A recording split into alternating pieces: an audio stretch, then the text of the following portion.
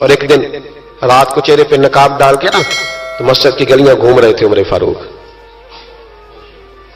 مدینے کی گلیاں گھوم رہے تھے. ایک دو گلیاں رہ گئیں تو فجر کا وقت ہو گیا. تو حضرت عمر اپنے غلام سے کہنے لگے نماز پڑھ لیتے ہیں اور باقی دو گلیاں بعد میں گھوم لیں گے.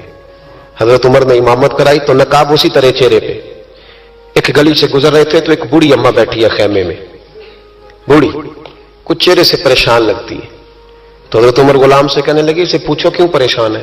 ہمارا تو اپنا ابا پریشان رہتا ہے، ہم پوچھتے نہیں، ہم نہیں پوچھتے. ہماری اپنی اماں روتی رہتی ہے کہ چلو 2 گھڑیاں رات کو آ کے بیٹھے گا میرے پاس، لیکن وہ آتا ہے 2 درجن کنوں لے کے اور سیدھا اپنے کمرے میں جاتا ہے اور بیگم صاحبہ سے کہتا ہے کہ یہ 6 اماں کو بھی دے آؤں، اس نے کون سا کھانے ہیں؟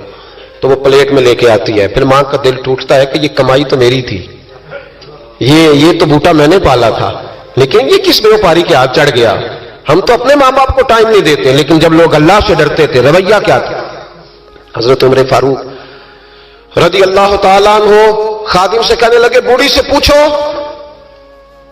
تو پوچھا اماں السلام علیکم. وعلیکم السلام. اماں کیا بات ہے؟ تو اماں کہنے لگی جاؤ دوڑو، تمہیں کیوں بتاؤں، دیہات کی سیدھی سادی بی بی، جاؤ بھاگ جاؤ. کہا نہیں اماں مہربانی کرو اندر تو آنے دو. بڑی منت کے بعد اماں مانی. عمر فاروق عام آدمی نہیں جس سے دنیا کامتی ہے. حضرت عمر اندر گئے. اماں کیوں پریشان ہو؟ تو اماں کہنے لگی تمہیں کیوں بتاؤں، میرا اپنا دکھ ہے. چل اماں بتا دے، تیری مہربانی.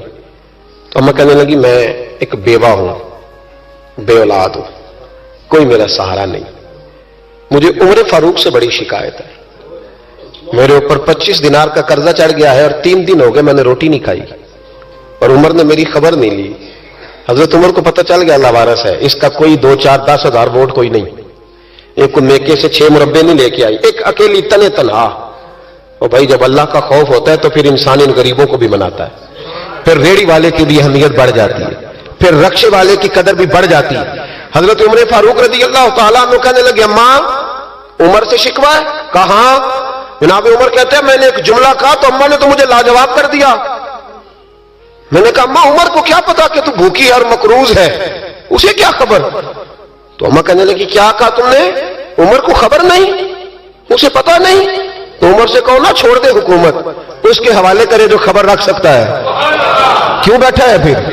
ہمارے حکمران کہتے ہیں ابھی میں صدمے میں ہوں، نکلوں گا تو بات کروں گا.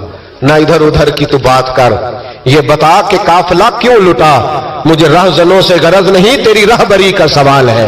ہاں تجھے جواب دینا پڑے گا.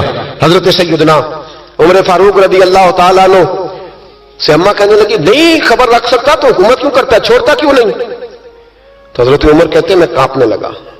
دوڑے گئے جناب عمر. میں نے کہا اس اماں کا 6000 ووٹ نہیں کہ اس کی قدر کی جائے. یہ اماں کوئی بہت آکسفورڈ یونیورسٹی کی ڈگری ہولڈر نہیں کہ اس کی بات مانی جائے کہ لاوارث اور بیوہ بی بی. عمر دوڑے گئے، گھر سے اناج کا تھیلا کندھے پہ رکھا، 25 دینار بھی لیے، پکا پکایا کھانا بھی لیا. خادم کہنے لگا حضور مجھے دے دے میں اٹھا لیتا ہوں. تو حضرت عمر فرمانے لگے چل وعدہ کر قیامت کے دن بھی میرا بوجھ اٹھائے گا. کہنے لگا جی نہیں وہاں نہیں اٹھا سکتا. فرمایا پھر آج بھی نہ اٹھا، مجھے ہی اٹھانے دے، یہ میرا بوجھ ہے تو مجھے ہی. اماں کے سامنے 25 دینار بھی رکھے. پھر اماں کو حضرت فاروق اعظم نے 2 مہینے کا راشن بھی دیا، پھر پکا پکایا کھانا بھی دیا. معمولی آدمی کی بات نہیں کر رہا، 24 لاکھ مربع میل کا حکمران. حضرت عمر مدینے میں بیٹھ کے کبھی للکار دیں تو کیسر و کسرا کی ٹانگیں کانپے. جناب عمر فاروق رضی اللہ کھانا کھلا کے اماں چارپائی پہ تھی تو عمر نیچے بیٹھ گئے.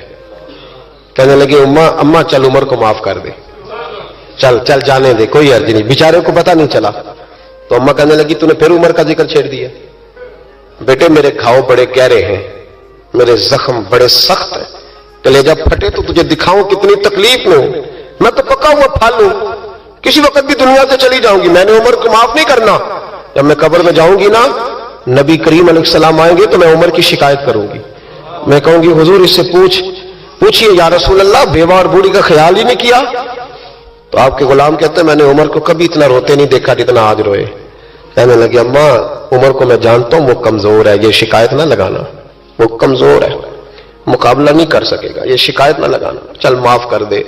تو اماں کہنے لگی اچھا تو مجھے کچھ اچھا لگتا ہے، جا تیری خاطر عمر کو معاف کیا، تو پیارا لگا ہے، جا معاف کیا، تیری خاطر معاف کیا، تیری خاطر عمر کو معاف کیا. حضرت عمر فاروق کہنے لگے مجھے لکھ کے دو کون اتنے جتن کرتا ہے؟ کون؟ کسی سے کہنا کہ اپنی اماں کو منا لے تو کہتے ہیں نہیں نہیں میری غلطی کوئی نہیں تو مناؤ کس بات پہ؟ ہمیں تو 20 دلیلیں آتی ہیں. جا ابا کے پیر پکڑ لے. پتہ ہے نبی پاک علیہ السلام نے فرمایا جس کا باپ راضی ہوگا اسی کا اللہ راضی ہوگا، اور جس کا باپ ناراض ہوگا وہ سارا دن وظیفے پڑھے اس کا اللہ راضی. یہ ابو داؤد شریف کی حدیث ہے.